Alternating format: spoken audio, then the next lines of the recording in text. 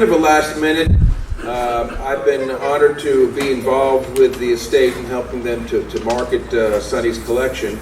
And it just occurred to me that when the next time we're going to have the world-class artists that we have, who are the Sonny Terry devotees, and have Sonny's harmonicas here in the same room at the same time. That may never happen, certainly not in this concentration that we have available to us today. So I just felt it would be a great idea to put together a tribute performance, and because of the spirit that Sonny Terry invokes in all of us, people were all too willing to step up and help us out. Winslow has done a tremendous amount of work to organize this, and we're honored to have Joe Filisko and Grant Dermody and Peter Madcat Ruth perform. We'll have a little guest performance by Will Scarlett, and Eric Noden is going to accompany the guitar. So let's get the show on the road. In a state of sleep deprivation and just kind of general wonderment at this event.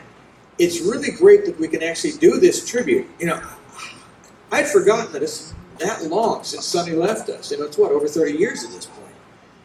And the thing that I really focused on when I started thinking about talking about Sonny was transcendence.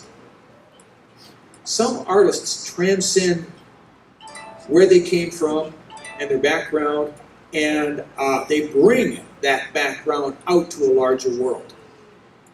I'm just going to adjust this a little bit higher.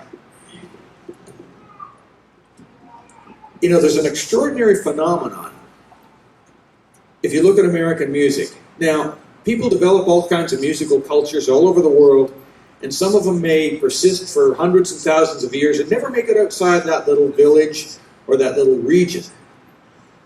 North America has been a continent in transition for the last 4 centuries, and that's had a number of interesting effects on culture.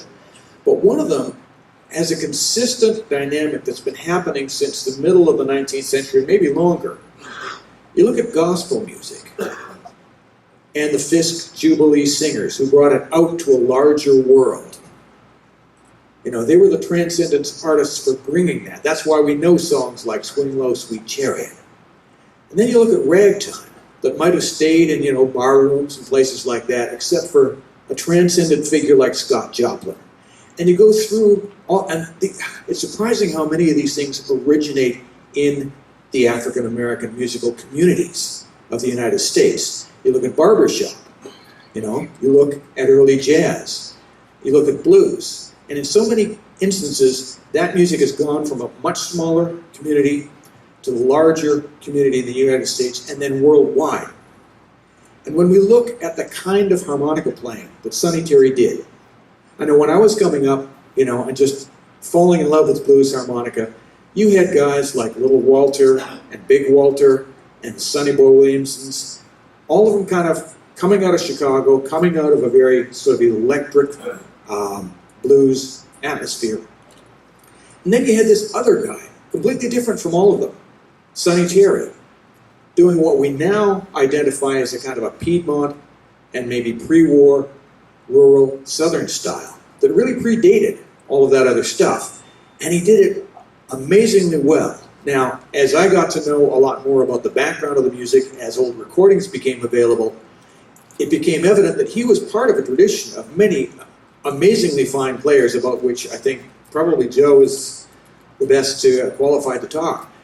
But Sonny was the guy who was a transcendent figure who brought that music out to a much wider world.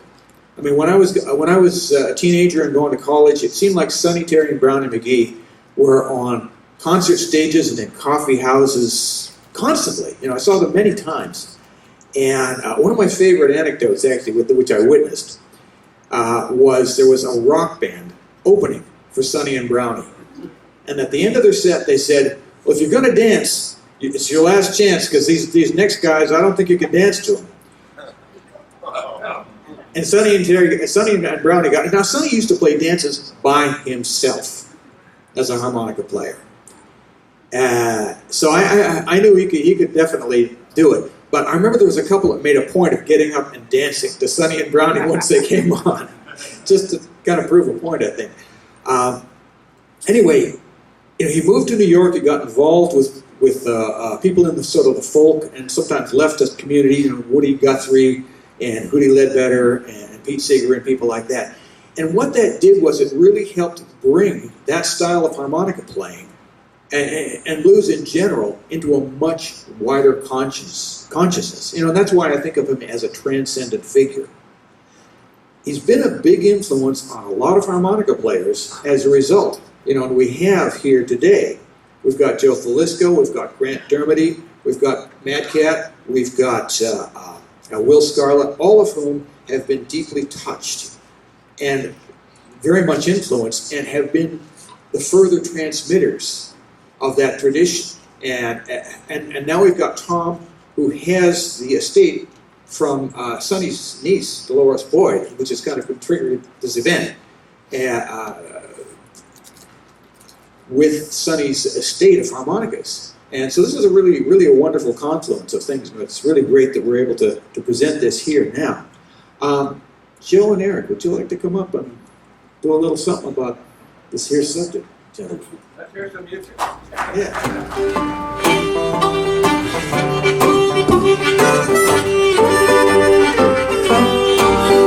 I like it, baby, when you come around.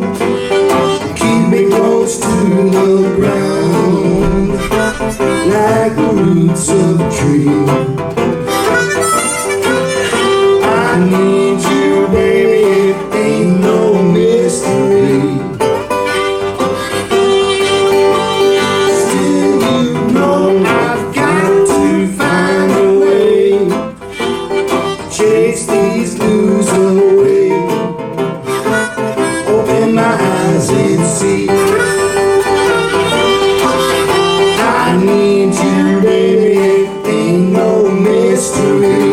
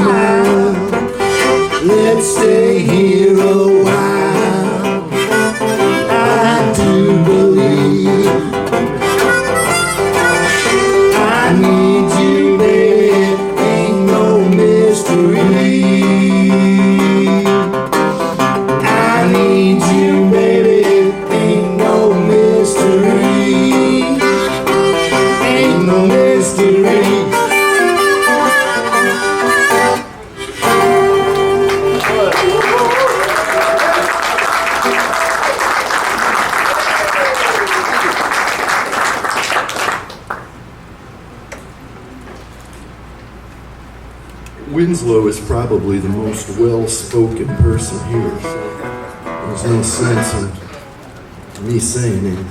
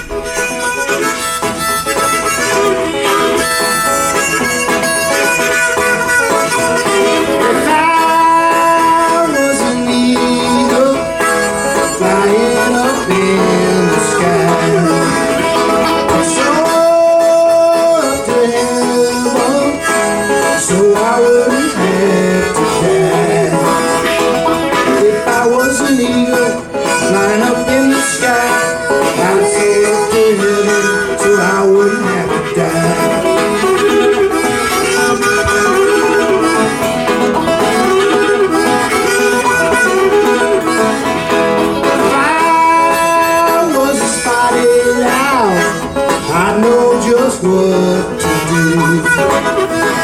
Way up on a tall pine, I'd give good advice to you. If I was a spotted owl, I'd know what to do. Way up on a tall pine, I'd give good advice to you.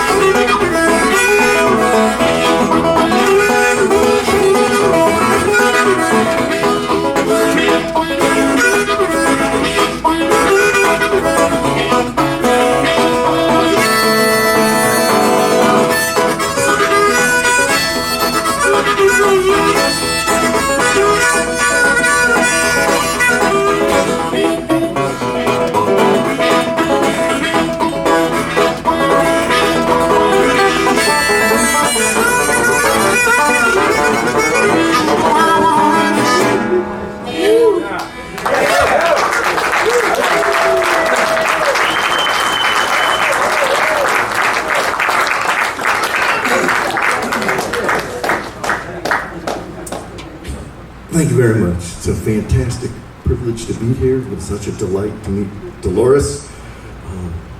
Thank you so very much. The music of Sonny Terry and Brownie McGee also has been a very, very big influence on us. And I think, appreciate you all being here. I don't know what more to say.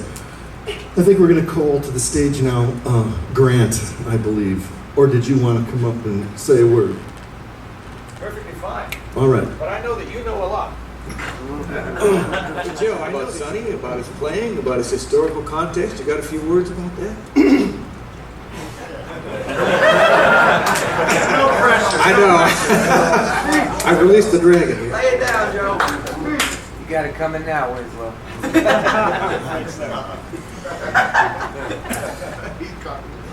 Yes.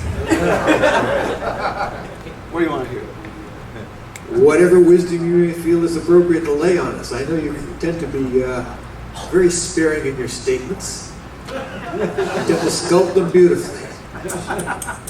Hey, you know, Sonny U.S. postage stamp? Wow. One more. You know, that's such an unbelievably high honor. The amount of recordings that he did, He recorded so many records, I haven't even attempted to track them all down. It's unbelievable how much. He sort of defines folk, blues, harmonica. His appearances on Broadway brought the blues, folk, harmonica to countless people. I think, I didn't hear if you mentioned it, but his Spirituals to Swing concert appearance at Carnegie, very big, very big. That was he appeared possibly in place of Robert Johnson. When John Hammond Sr. went out looking for Robert Johnson and couldn't find him, I think he found Sonny Terry instead. Yeah, this is what, 1938, 39, the New Year's Eve concerts. And these have been released on recordings, and John Hammond, who you may know of as the discoverer of Bessie Smith, of Billie Holiday, of Bob Dylan, of Aretha Franklin. This is a guy who's big in bringing artists into the recording industry, major artists.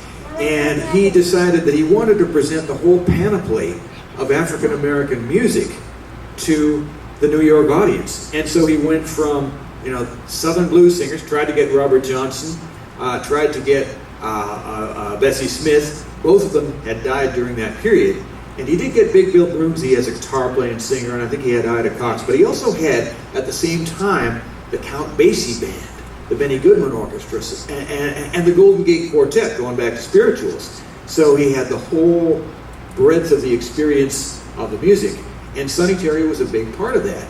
And he played in those concerts, and that really brought that aspect of the music to a much more cosmopolitan audience, shall we say. The Broadway thing, and I'm glad you mentioned that, because I'd forgotten to mention it. I had thought about it. There was a Broadway musical in the 1950s called Finian's Rainbow, full of all of the Irish cliches that you might imagine in a Broadway musical. And yet they decided to have Sonny Terry playing his style of harmonica in this, accompanying dancers.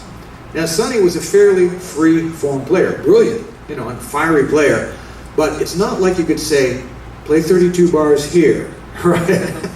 And so they had to work that out between him and the dancers, because Sonny played as long as Sonny played. They had to adapt to him and not the other way around. But, what an unlikely combination, and yet it worked brilliantly. And you can still find the cast recording of Finian's Rainbow with Sonny on it. That was because he had his groove going on. I was going to say something else. So, here's what I want to leave you with. Go check him out. Check out his music. He recorded a lot. There's video, a lot of stuff available. Grant?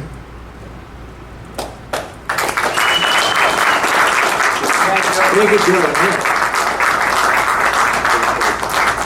By the way, I wanted to directly acknowledge Delores, and is it Julius or Julian Boyd? Julius. Yeah, they're here with us, Sonny's direct relatives. And it's the sale of the estate that's kind of triggered this event, and I'm so glad that we're able to do this. And I'm really glad that you're able to be here with us.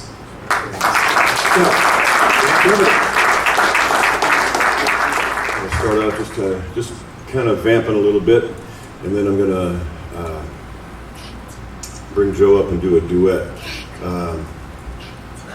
One of the things that really knocked me out about Sonny's playing was his gospel tunes. And I love gospel tunes, even though I'm a Buddhist. But it's all right, It's all the roads all lead to the same place.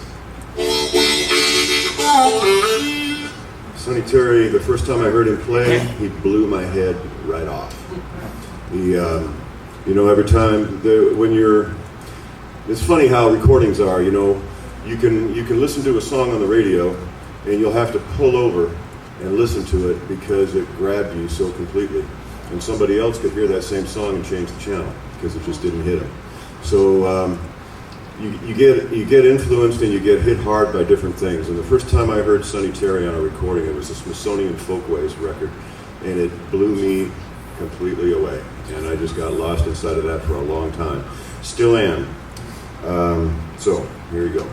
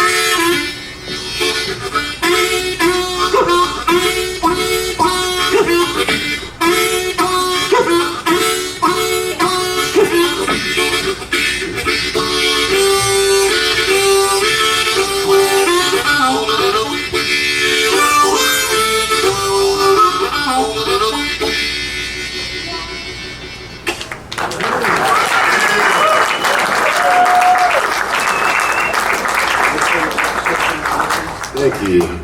I started off as a drummer, and Sonny's amazing percussive playing just spoke to me right off the bat. So this is a tune, well, you'll hear it.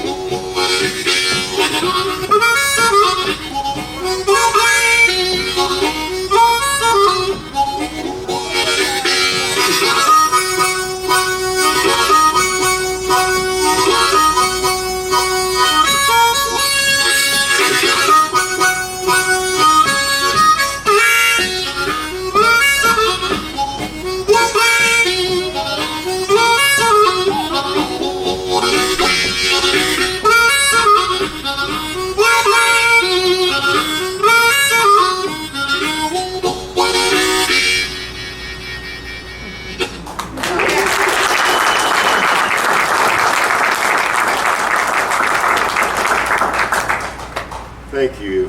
Here, I'm going to play one of Sonny's harmonicas now, and then I'm going to bring up Joe Filisko. But I'll tell you a little story later after that.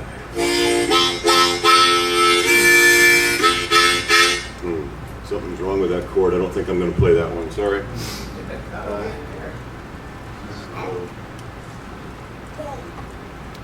It wouldn't do Sonny Terry justice to play bad chords.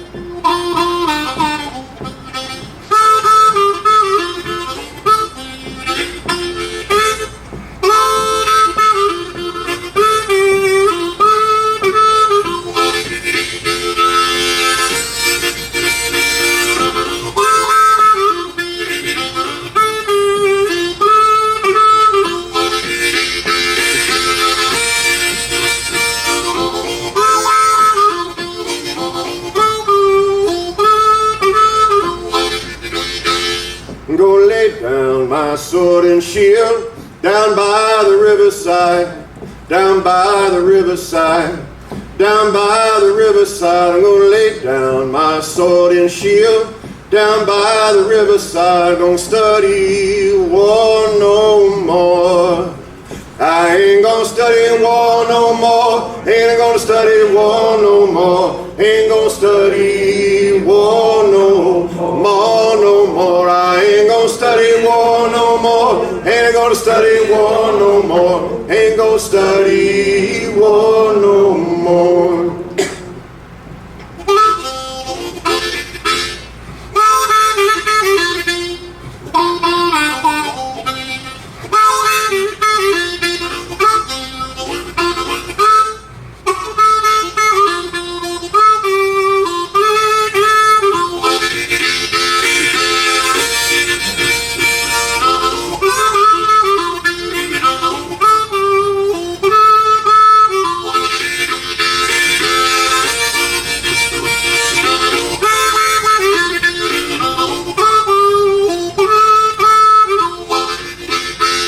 I'm gonna put on my long white robe down by the riverside, down by the riverside, down by the riverside. I'm gonna put on my long white robe down by the riverside. Gonna study war no more. I ain't gonna study war no more. Ain't gonna study war no more. Ain't gonna study war no more, no more. I ain't gonna study war no more. Ain't gonna study war no more. Ain't gonna study war no more.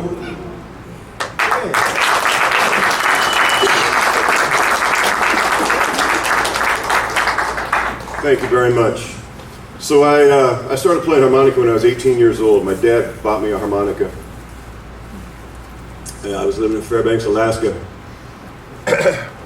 I was spinning my wheels. which is actually a gentle, nice way to say what I was doing. But that's what was going on. And my dad figured a harmonica wouldn't hurt, might help, and he was sort of blown away with what actually happened after that. But so I started listening to people, and I started listening to Sonny Terry, and I went back down home to Seattle to visit my family, and I saw that Sonny and Brownie were going to be playing in my hometown. I was the first guy in line. I waited for I don't know how many hours, but I was like right there. And the front row was taken up by family and friends. I was in the second row right in front of Sonny. And I just absorbed everything I could. They were starting to, they were fighting a lot in those days, and it got to a point where Brownie just walked right off the stage toward the end of the show and just said, "I'm gone."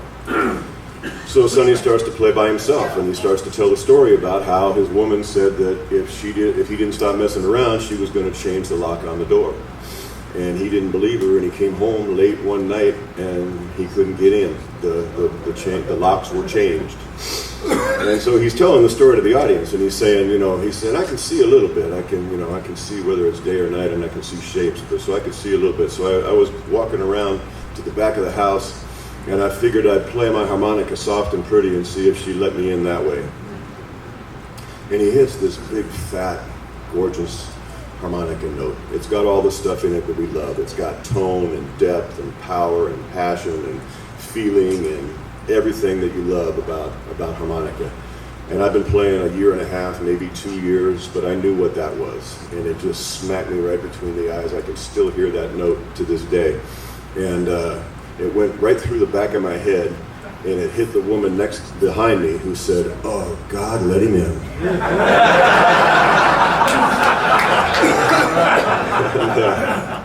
And I turned around and I saw the expression on her face, and at that moment decided I wanted to be a harmonica.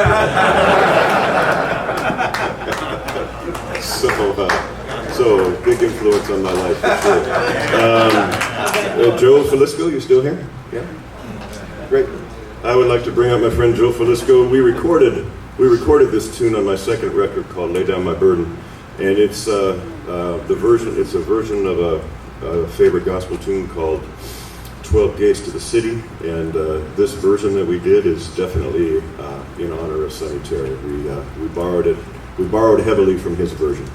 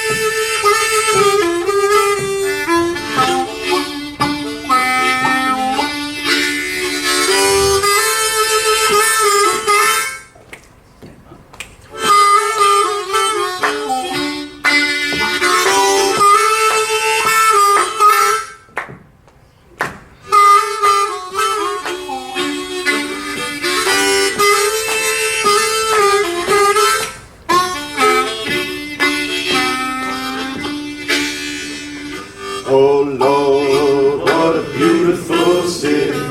Oh Lord, what a beautiful city. Oh Lord, Lord, what a beautiful city.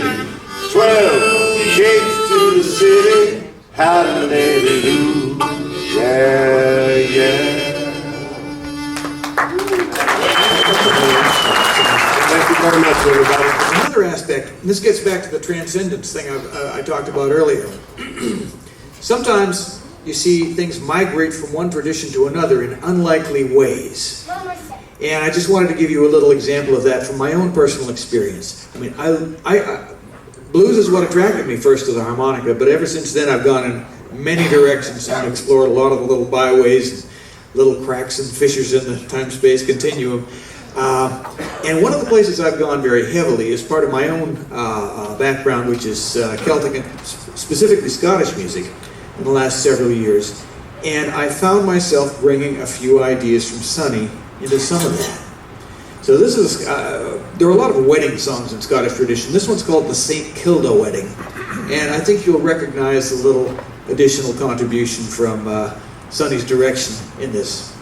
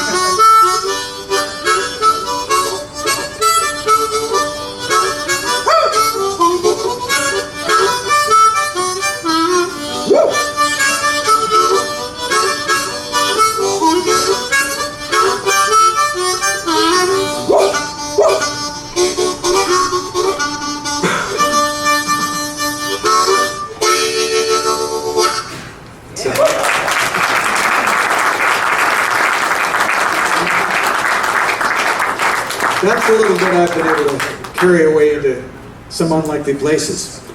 Anyway, our next presenter is here somewhere. There he is, Mr. Peter Madcat Ruth. Yeah, Sonny Terry harmonicas right there. And here's that.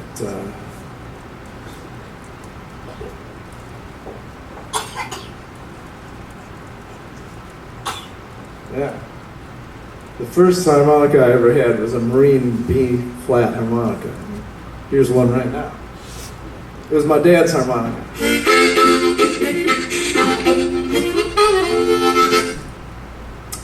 So my dad had a harmonica. He had a Marine Band B flat harmonica, and he played it about 10 minutes a year.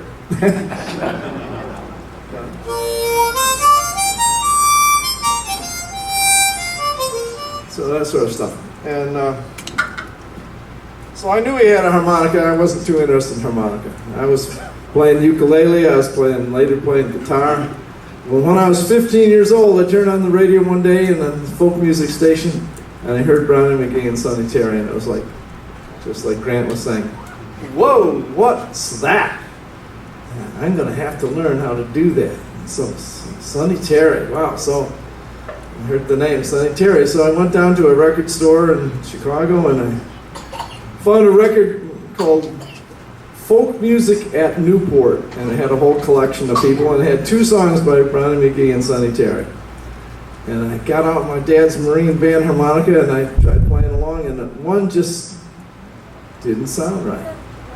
And the other sounded just right because Sonny Terry was using a B-flat Marine Band harmonica, and I was in the same key, and so on. Then I just kept doing it, and that was 52 years ago, and I'm still doing it.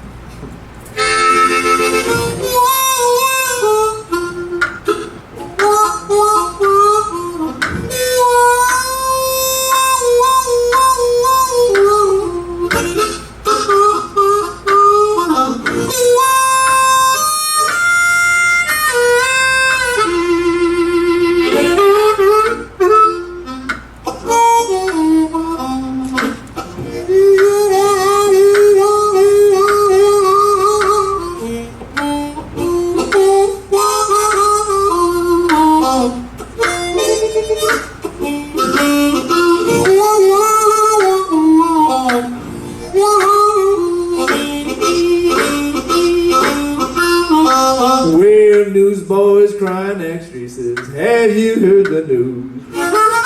Woke up this morning, had those mean old walking blues. That's why I'm walking out, trying to drive my blues away. Where the sun's gonna shine in my back door someday. Well, I got coffee grounds in my coffee and little bugs in my oatmeal. Tacks in my shoes keep sticking me in my heel, but I keep on walking out, trying to drive my blues away. Where the sun's gonna shine in my back door someday.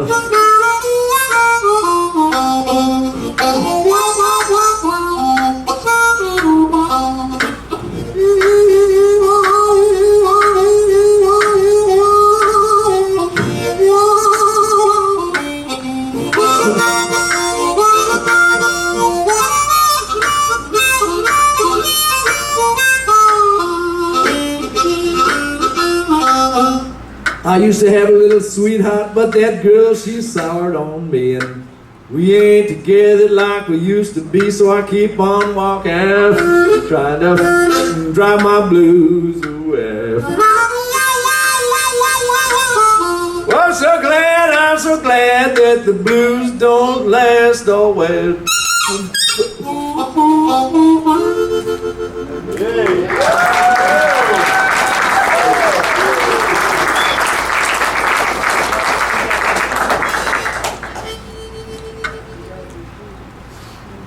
Grant was talking about finding that 10-inch 33 RPM record called Sonny Terry Vocal and Harmonica Solos. That was on Folkways record, and I got that back when I was about 15, and I loved it too.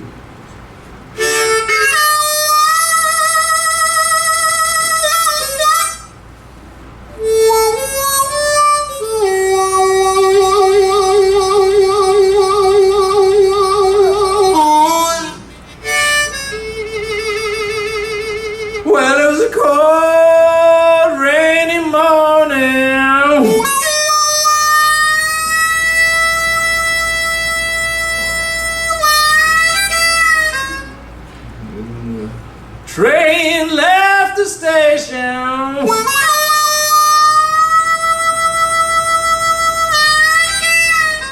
and the blues whistle ever so lonesome.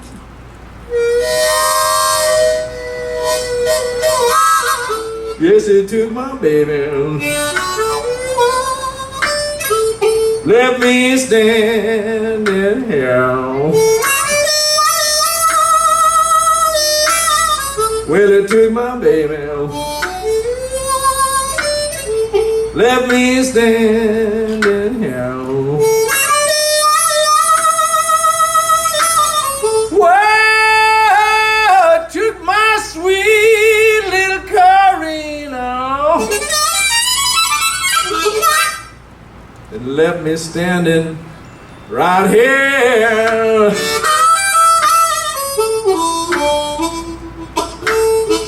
Whoa, see, rider. Well, see what you done, now you made me love you. Now you and your man have gone. Well, you made me love you. Now you and your man have gone.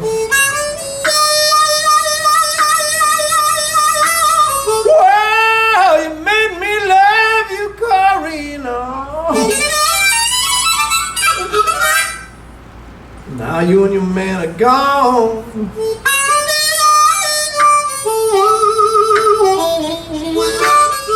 Yeah, Corina and that new man, they went down to the Amtrak station. They caught the train to Chicago, and they left me here in San Antonio to play the blues.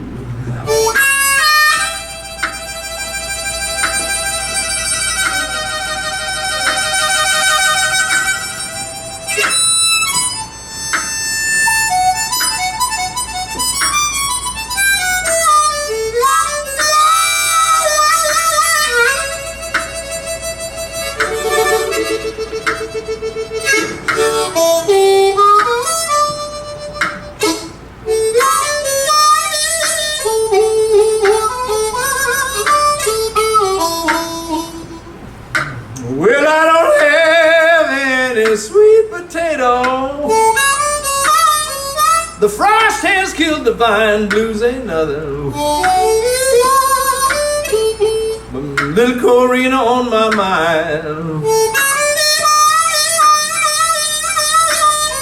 Well, the blues ain't nothing. Little Corina on my mind. Well, the blues ain't nothing. But my little Corina. Yeah, my little Corina. I got Corina on my mind. Corina, please come back.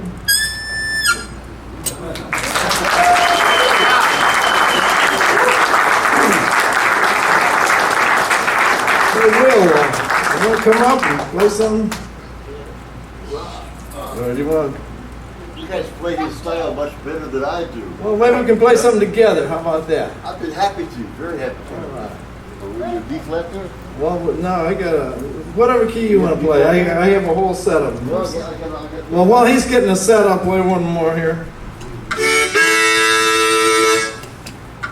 I love it. One of the things that made me want to play like Sonny Terry was how he put little hoots and hollers in between the notes.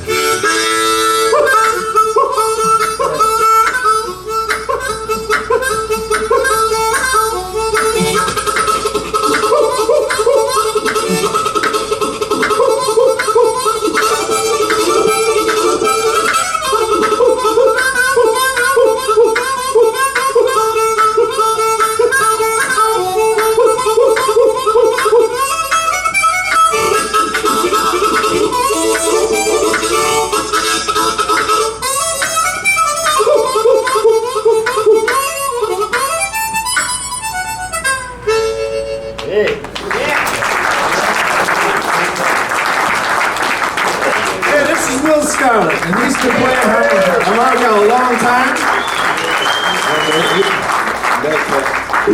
Madcat, that playing there reminds me of when I first heard Sonny Terry on this 10-inch library compass recording of him playing by himself. And I was just so enthralled by his playing. I went down to hear him at a local club. It just opened in Mandrake in Berkeley. And when I got there, Sonny wasn't there. Brady was there by himself. The club just opened. But heard Sonny was sick in New York, and I went up between sets. I followed Brownie outside and asked him if I might sit in with him. And he invited me up, and then like I playing enough to ask me to sit around for the rest of the night. And then after the show, the club owner talked to Brownie and approached me and said, "You know, Brownie sounds better than a harmonica player. Would you like to work the week with him?" And I was 18 years old, and I was knocked out. I said, "Yeah, of course." And the second night, his wife Ruth McGee came and heard I was playing with her some new harmonica player, and she sat down in the front row. And I'd play something, and she'd run back in the seat and say, "Oh, Willie, blow your soul, baby. Oh, baby, oh, blow your soul, baby." And I felt like I'd been christened in blues.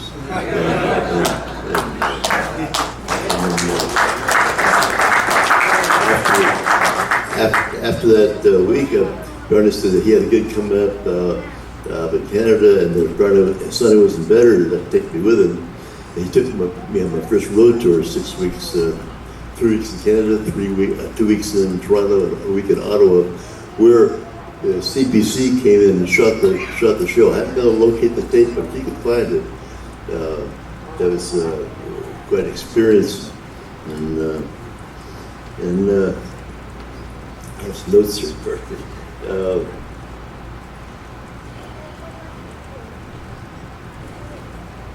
Let's do some playing and then. All right. What key do you want to play? All right.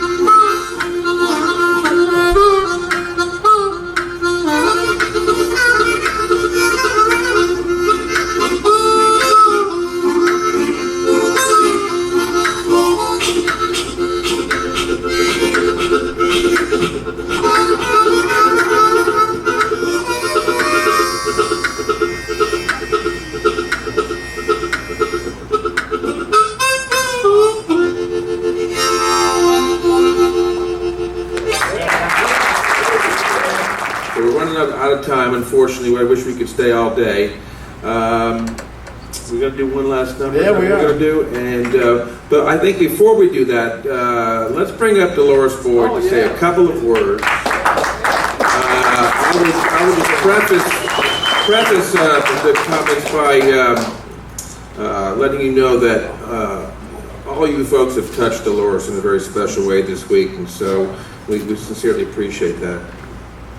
Well, you have touched me and you've touched my brother Julius.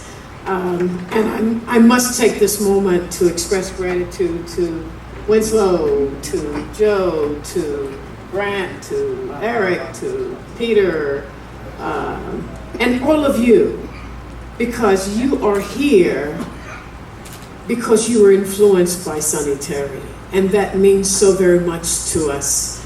Sonny married our blood aunt in 1969, Emma. Jerry here has met Emma. He is one of those lucky ones who got to go to New York to take music lessons. And you remember that she was a very petite woman, but she was one who loved Sonny and loved his music. And when she brought him into our family, we didn't really realize what a legend he was. He would come to our family reunions in Alabama. We're from Alabama. And play, and we just said, and Emma married an old man who plays the harmonica. But he just was so much more. Being here these few days and listening to the stories all of you have shared with us, that has imbued me with even more energy to do everything possible to perpetuate his legacy. You're doing that, and I'm so happy that I got a chance to meet people like Joe, who turned me on to Adam, who turned me on to Tom Halchak, all people who love the music. You're about preserving and advancing the harmonica. My brother is the musician in the family. He got a chance to actually see Sonny perform in New York and Chicago. I was a lawyer in the family, still am. I got a chance to visit in New York, and for the last decade of Sonny's life, from 76 to roughly 86, I was his personal lawyer and had the opportunity to view contracts and to help organize things. And it was my great pleasure when he died in 1986 to be with Emma and to start planning his legacy. One of the greatest moments in her life was when in 1998 the Smithsonian honored him by including him on the stamp of folk musicians, along with Ledbetter and Woody Guthrie and Pete Seeger. But the greatest moment was about 6 months before she died in June of 2012, when the Georgia Music Hall of Fame inducted him in 2011. I know that if she were here today, she would be flooded with the love I feel here. So I just have to say thank you all for what you are doing to carry on the legacy of Sonny Terry.